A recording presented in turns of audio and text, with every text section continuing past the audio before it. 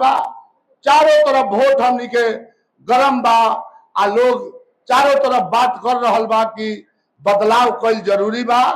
ए बेरा हमनी के सब दल के लोग वो लोग भी चाहते कि ना सोनू राय जीत जास। केहू के गोल छो के गोल लागेलन, बाबा लोग को भी गोल लागेलन, बाबू साहब लोग के भी लागेलन, राय जी लोग के भी लागेलन ना, सब लोग के लागेलन। हमनी के देखलन लालू जी की सब गरीब लोग एमे ज्यादा नॉमिनेशन करेला उहे जीतेला, धनिक लोग एमे ना रहेला, चाहे वो कोनो जात के गरीब होके, जात के बात नहीं खे। लालू जी रवा के हक अधिकार देलन, वोट देवे के अधिकार देलन ना, तो हिजा रवा सब के केहू बोलाई थोड़े, के वार्डर के पूछेला, केहू वार्डर के ना पूछेला, पंचायत समिति के मुखिया जी के गोबत भूसा डालेला, केहू ना डालेला।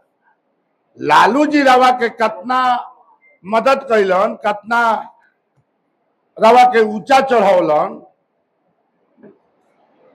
वार्ड मेंबर ई सब लोग के मुखिया लोग के ई ना रहे थी मान दे ना दिए दिए ना रहे।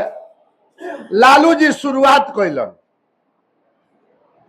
जब चुनाव भइल मुखिया जी लोग के, मुखिया जी के कितना पावर देलन लालू जी अपना राज में। जब 78 के बाद चुनाव भइल 2001 में, तो कितना पावर देलन, चेक काटे का अधिकार, इंदिरा आवास जहां देख लियन मुखिया जी अपना पंचायत में घूमियन, देख लियन कि भाई गरीब के घर गिरल बा, तो ग्राम सभा में अपन पास क के घर ओकर पास कर दिहन।